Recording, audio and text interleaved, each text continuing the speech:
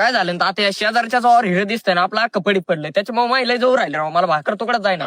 मला एक असा पॉईंट सांगा की आता त्याचं सगळं पाणी जाईन मला पाणी लागेल.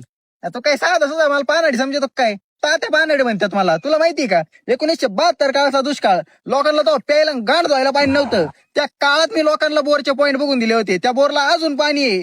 लोकांनी तवा त्यांच्या तर धुतल्या आता फार त्यांच्या नातंड परतंड झाले त्यांच्या बी त्याच पाण्याने धुवून राहिले अजून पाणी गेलं नाही. तू काय सोप्पं समजतो काय मला अनेकडे चालते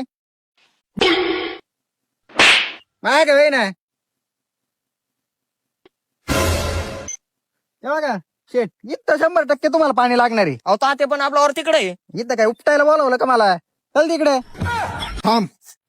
हे बघ इथं जमीन वल्ली आहे आणि इथं लिंबाचं झाड पण आहे. इथं मला पाण्याचा भास होऊ राहिलेला आहे. इथं पाणी असणार आहे. अहो तात्या पाण्याचं भास नाही मुताचं वाशिव राहिलं इथं कोणतरी मुतून गेलेलं दिसतंय.